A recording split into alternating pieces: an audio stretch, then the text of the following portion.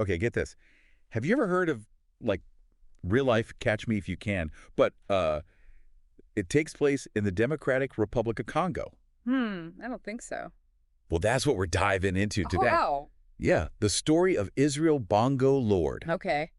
This guy, he was unemployed, but somehow he fooled a whole nation. Like, I'm not even kidding. That's wild. Yeah. How is that even possible? I know, right? Yeah. It's crazy. Yeah. And it really shows you how fragile systems can be, even in, a country like the DRC with, like, a super complex political scene. Oh, yeah, for sure. The DRC has like a really volatile political landscape. Exactly. Yeah. So we're basing all of this on this article called "A Fake Deputy Unmasked in the DRC." Okay. We're talking months of deception. Mm. And not just any deception. Right. Bongo Lord had all these high-profile roles. Oh, wow. Like what? I mean, think about it. You have a country dealing with economic hardship and political instability, and then all of a sudden this guy pops up, like, seemingly offering solutions, Oh, I see. Yeah. So people would be drawn to him. Yeah. Yeah. It kind of makes sense in a way. Yeah. Okay, so, like, paint a picture for me. Okay. What were these roles he was playing? Well, okay. So first, he became a member of parliament. Whoa. Yeah. Okay, and in the DRC, members of parliament, they have a lot of power, right? They, Yeah. like, shape national policies. Yeah. They are directly elected and hold a significant amount of power. And Bongo Lord just slipped right in. Somehow. Yeah. He was attending sessions and even, like, participating in debates. It seems like he was really making decisions that impacted the country. Whoa, hold on. So, like, he was actually making decisions? Yeah, it appears so. Wow. But it doesn't stop there. Yeah. He became a senator. No way. Yeah. Okay, so, like, senators in the DRC, they're also super influential. Oh, yeah. They're responsible for representing their provinces at the national level. Okay. Drafting legislation, approving budgets, all that. So he was at the highest levels of government. It's crazy, right? I know. This is, like, blowing my mind. Yeah. What did he even do with all that power? Well, he furthered his own agenda. Of course. He signed these official partnership projects, supposedly for the modernization of Kinshasa, but Yeah. who knows where those funds would have actually ended up, It's like he was playing a character in a movie, but, like, this was real. Exactly. And it had real consequences. Mm-hmm. But his most audacious move was still to come. Oh, there's more. Yeah. Okay. This master of deception, Bongo Lord, he also became a prophet. Wait, what? A prophet? Yeah. Like a religious leader? You got it. Wow. Okay, so the DRC is a very religious country, right? Yeah, very. So people are, like, always looking for hope, someone to, like, guide them. Mm-hmm. And he just swooped right in. Yeah, basically preying on people's faith. This is messed up. Sadly, yeah. He claimed to have all these miraculous abilities, like healing powers, Oh, geez. communicating with the divine. People flocked to him wanting blessings and, like, just a sliver of hope. And he was just, like, taking advantage of them, probably taking their money, too. Likely, yeah. Both, like, super smart and really disturbing. It is. And the craziest part is that he was able to keep this up for months. I know. But how? How could he get away with it for so long? I know, right? It seems impossible, especially because he was even attending private meetings with real deputies in Kinshasa. Wait, what? Yeah. Really? Yeah. Okay, but how did he finally get caught? Well, there's this journalist, Rodriguez Katsuba. Okay. He got suspicious of Bongo Lord and started, digging around. And he found proof that Bongo Lord was a fake. Oh, okay, I'm hooked. Tell me more. Yeah, so Katsuba, he found Bongo Lord at this hotel, the Hotel Beatrice, and he, like, confronted him, with all the evidence. Oh, wow. Yeah, and Bongo Lord's whole charade just fell apart. I bet. I mean, he got arrested super fast, and then, like, news of what happened just spread like crazy. That's insane. Can you imagine how shocked everyone was? I know, right? It must have been a huge blow to everyone, not just the people he tricked, Right. but, like, the whole system, the institutions he was a part of. Yeah, it makes you think, if someone can fool the government like that, who can you trust? Exactly, and it's not just about trust. Yeah. It really showed how many security flaws there are in the DRC. Okay, so let's talk about that. Okay. What kind of security was even in place? You'd think they'd have, like, really strong systems, especially with all the political stuff that goes on there. You'd think so, right? Especially in a country with a history like the DRC's. Right, exactly. Yeah. So what was the problem? Well, the DRC is, still a developing country, so they have problems with, like, setting up and keeping up with really good security systems. Mm-hmm. Like, they often don't have enough resources or good infrastructure. Okay. And sometimes they don't have people who are, like, experts in that kind of stuff. So are you saying it was just like old technology or bureaucracy that let this happen? Well, it was probably a mix of things. Yeah. We don't know exactly what security they had in place, Okay. but the fact that Bongo Lord was able to get away with it for so long, Yeah. it means that something was wrong, you know? Yeah. Like, maybe they were still doing manual checks or using outdated databases for IDs.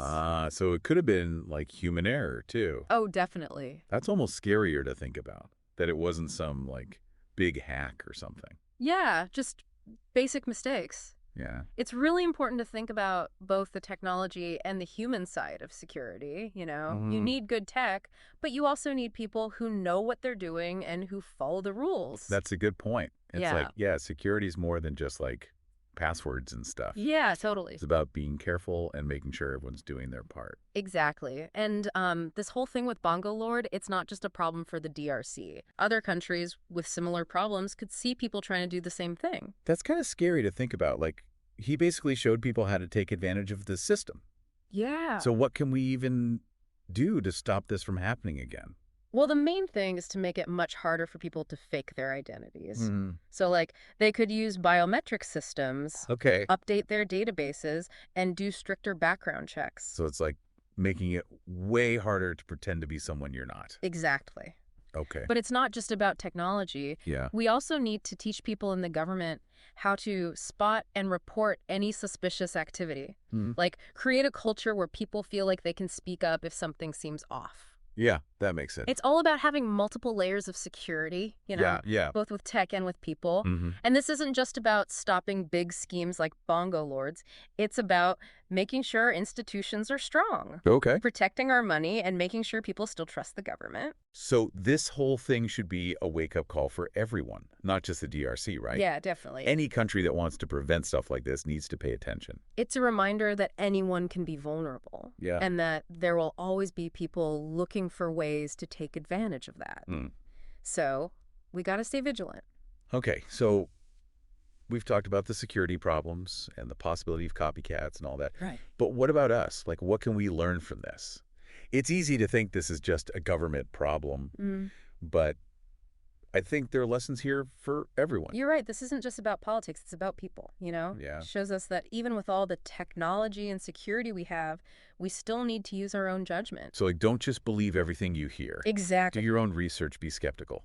Yeah, and question authority. Mm. Bongo Lord was able to fool so many people because they wanted to believe him, whether it was his political skills, his religious connections, or his promises to solve problems. It's like sometimes believing too much can be dangerous, whether it's in people or institutions. That's a lesson that applies to, like, all parts of life, don't you think? Totally. We need to be more careful about what we believe, especially now when information spreads so fast. Yeah, especially misinformation. Exactly. We have to stay informed, be aware, and not be afraid to ask questions.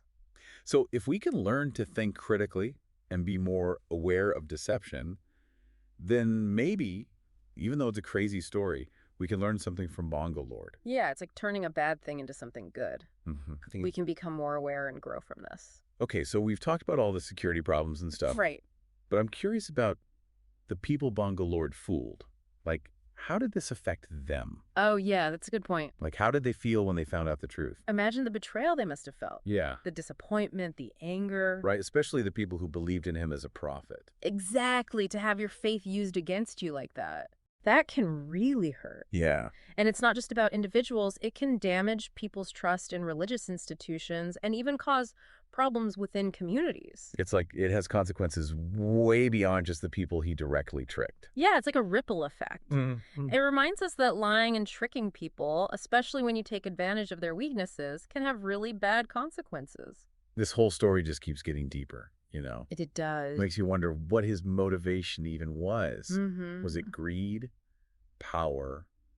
Did he just want to be famous? That's something that, like, psychologists and people who study crime could probably talk about forever. Yeah, I bet. It's probably a lot of things mixed together. Right. It's never simple, is it? Nope. But no matter what his reasons were, the impact of what he did is clear.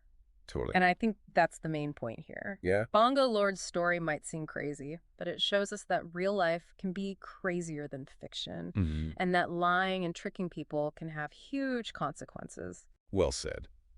So, as we're wrapping up this part of our deep dive, I'm still thinking about the future of the DRC.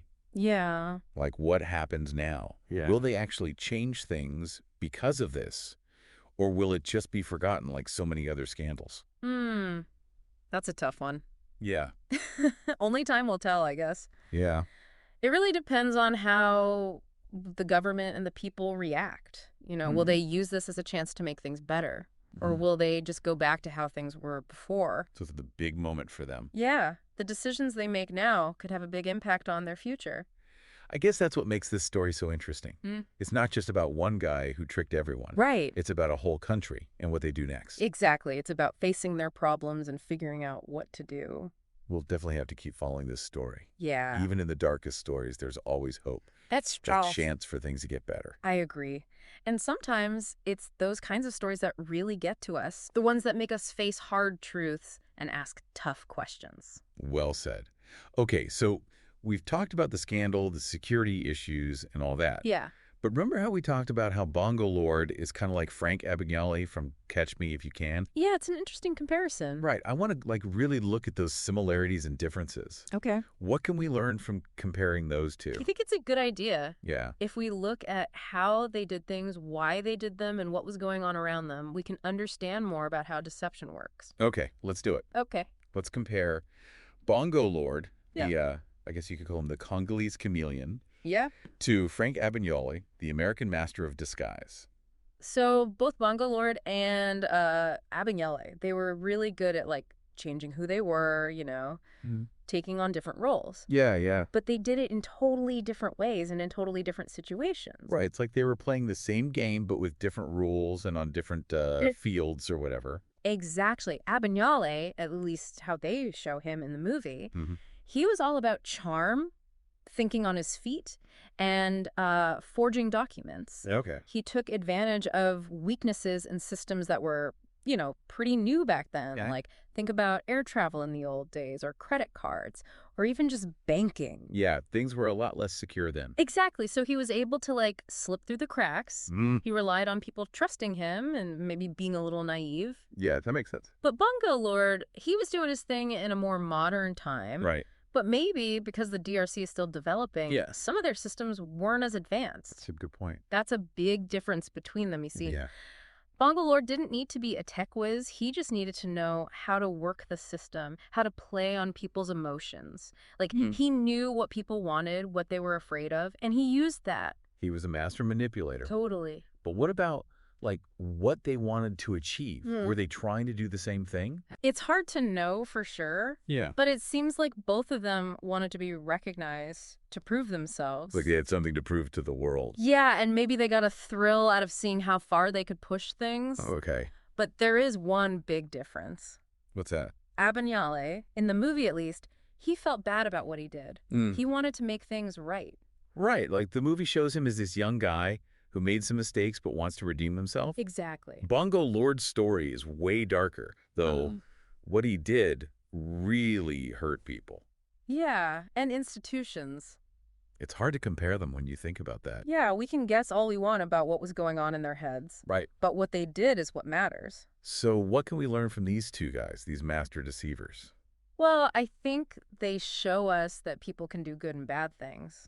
They remind us that smart people can use their smarts for good or for evil. And that even the best systems can be broken if we're not careful. Yeah, we have to know where the weaknesses are and try to fix them. Yeah. We have to think critically and hold each other accountable. It's like we need to be on the lookout for the Bongo Lords of the world. Exactly. The people who try to trick us and take advantage of us. And maybe we should also think about the Frank Abagnale in all of us. What do you mean? We all have the potential to do bad things, but we also have the potential to change and do good.